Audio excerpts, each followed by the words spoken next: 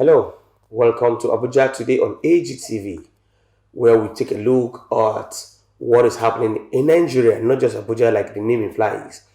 Abuja is the federal capital territory of the nation. As such, we take a look at all happenings within Nigeria.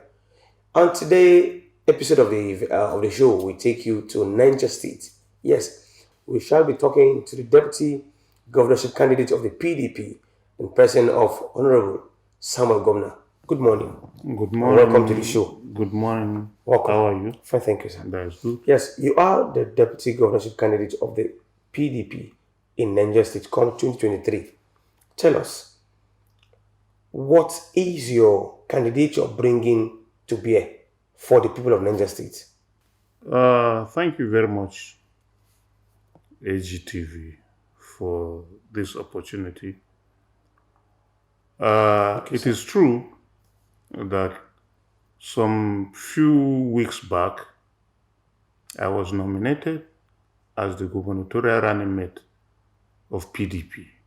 We in PDP were committed to make Niger State better.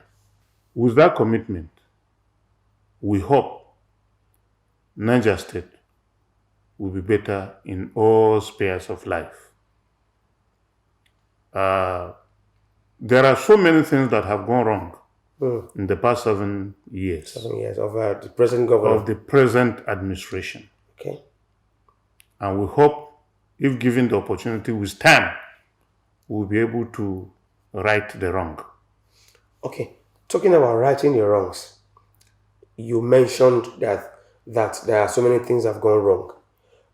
Niger States have, in the time past, have been in the light for the wrong reasons, which is insecurity. How do you see Niger State looking at the fact that you are working towards becoming towards getting into government in 2023? Yes, in terms of security, I think the first thing that should be done is to build confidence Okay. on the local populace. Let the local populace have confidence in the government that they will be able to do something. You see, all this banditry resides in the rural areas, and this rural populace know who and where the bandits are. Okay. But because of lack of confidence in government, they are not being able to say anything. The moment they have confidence in government, they will be able to assist the government to tell them where and who these people are. And in turn, the government will take action.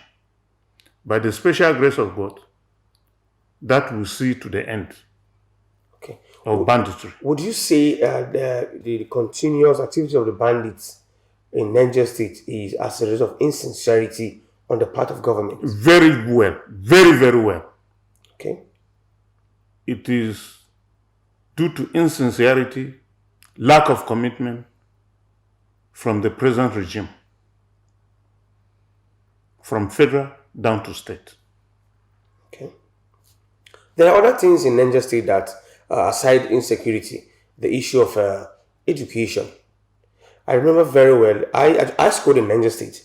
So at some point in Niger, we had this policy of free education. At some point, I think when I was writing my WAEC, the state government paid for WAEC fee. And of course, at that point, it was a welcome development, and it's so many students who couldn't afford to write even WAEC to go and then further with education. In the part of education, what are you and your governorship candidate looking at in ensuring that this past glory is restored to Niger State come 2023? Mr. Jethro, Yes, sir.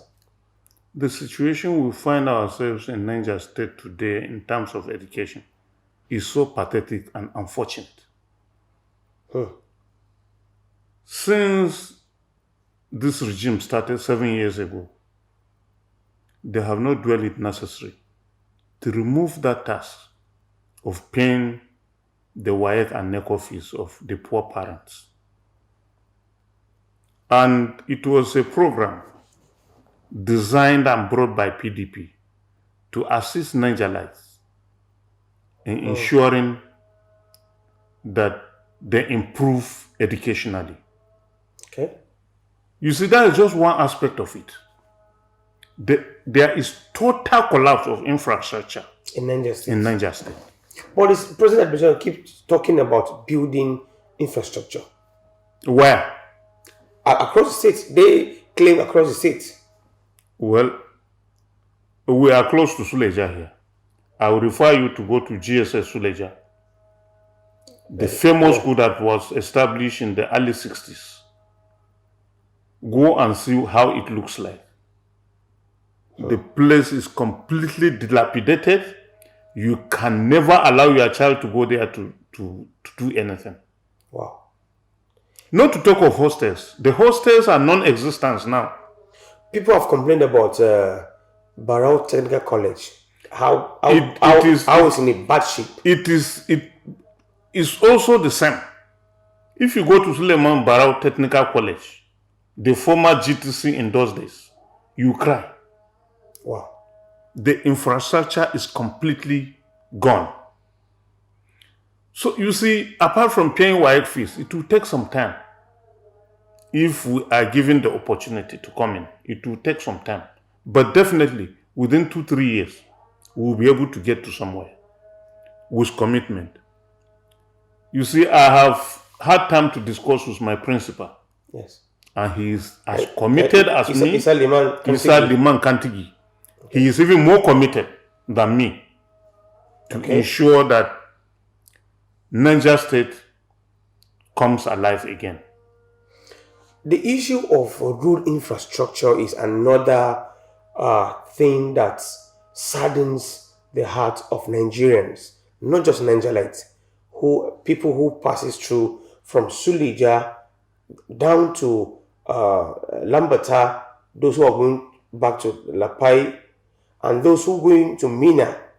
The road has been more like a death trap, maybe until recently. Are there plans by you and your principal in ensuring that not just this road, but even other roads within Niger State? I saw a picture some months or some years back where a road in Mokwa or Jaba that's linking Niger and Kwara was almost cut off. Are there plans in ensuring that this is extended? You see, the road infrastructure in Niger State is so pathetic. I think you have not been opportune to follow Minabida Road. Oh, not recently. Minabida Road used to take just an hour to travel. Before now. But you can't go to Bida in less than 2 hours. Presently. The one that goes from Lambata to Lapai, Bida, and Agay is under construction now, being financed by NMPC. Not even the state government? No, not the state government, because that road is a federal road. Okay. But Minabida is a state road. Okay. Minabida is a state road. And nothing is being done. We hope, my boss has said that after 100 days, he hopes Minabida Road will come alive again. All right. Election is around the corner. 2023 general election. What is your message to Nigerians as to taking stock, which will determine who they vote for come 2023 for the governorship, senators, and other positions in Niger State? You see, luckily enough, the two major parties in Nigeria have tested power. Okay. And Nigerians in particular has tested the two. Okay. They should be able to know which party has better manifestos. As far as we are concerned in PDP, we have no doubt that when campaign starts, we will go on an issue-based campaign. Okay. What we did when we were in power and what we intend to do after regaining power. Let me give you an example. Do you know that since this regime came into being, they have not paid one single kobo of gratuity to retired civil servants? For the past 7 years? For the past 7 years. That is what we have been told. This sounds strange. They have not paid a single dime as gratuities. Wow. Anyway, So all these people that have retired for the past 7 years have not had their gratuities paid. Wow. And that is why I told you that there are many issues on the ground that have gone wrong in Niger State. And by the special grace of God, if we are given an opportunity, we will face them headlong. Okay.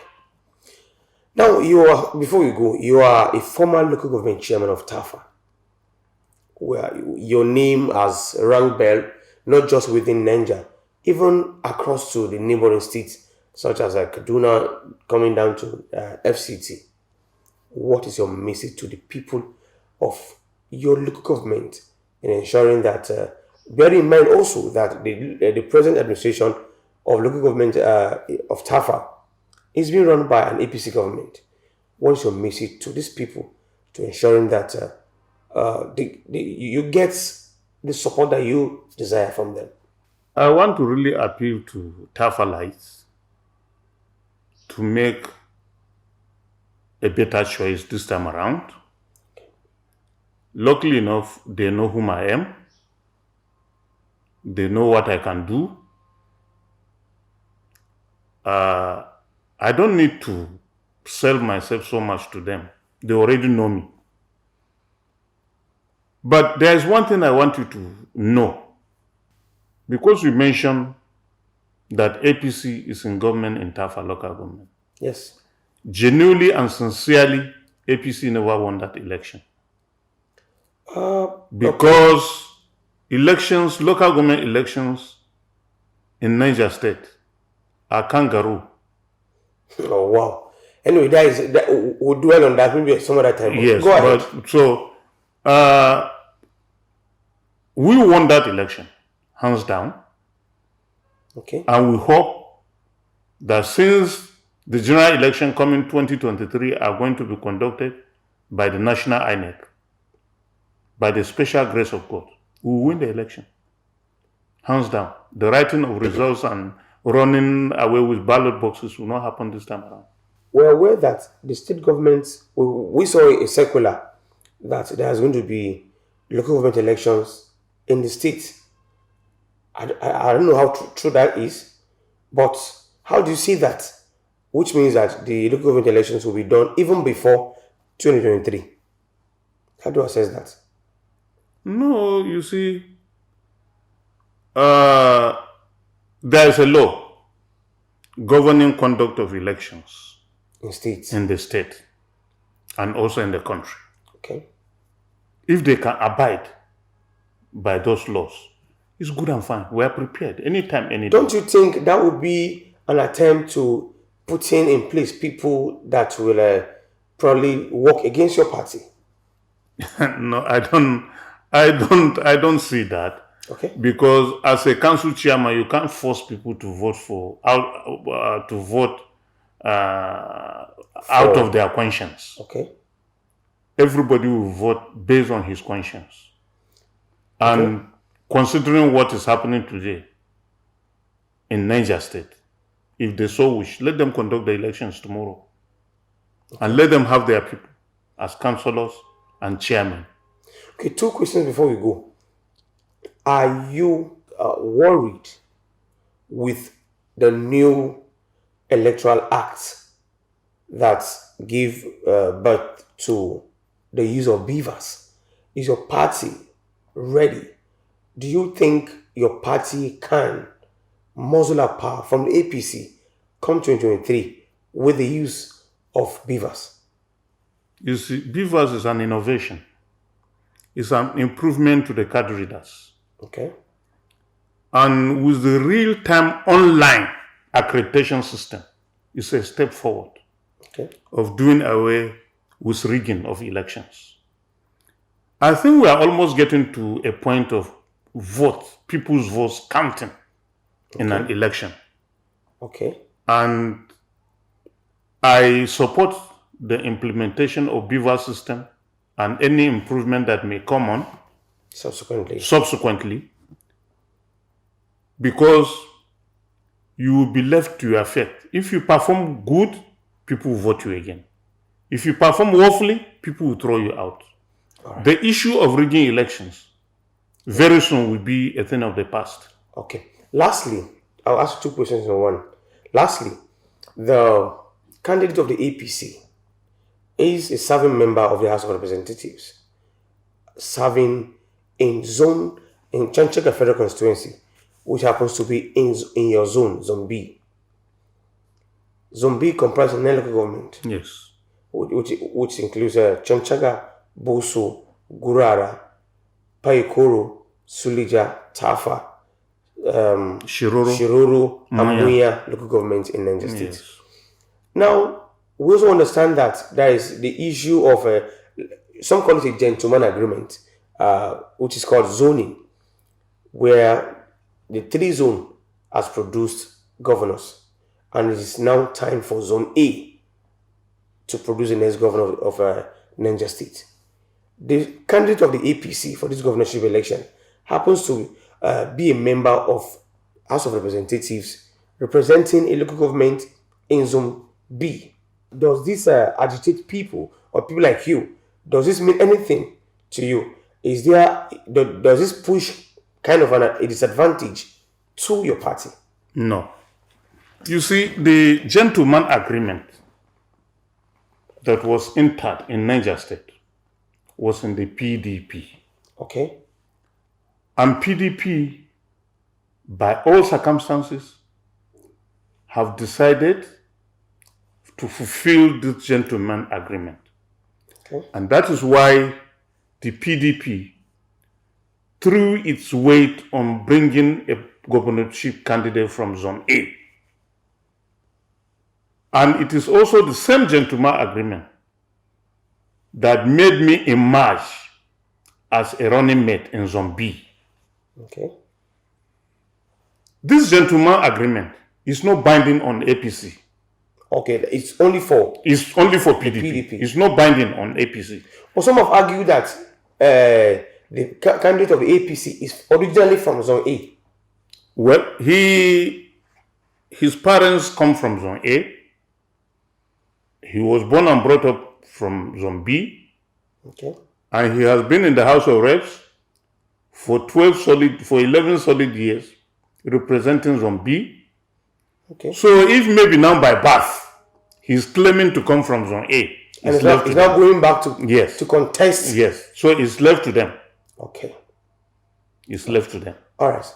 Thank you very much. It's been nice talking to you. Thank you very much. We hope to have you more and more again. Thank you, sir. Yes, gentlemen, Nigerians, this is how far we can go. On the program today, we've been talking with Honorable Samuel Gomna, the Deputy Governorship candidate of the PDP in Niger State. And that's how far we can go today. Hope you enjoyed your time with us. Thank you for staying with us. I'm Jethro Ilya. Bye for now.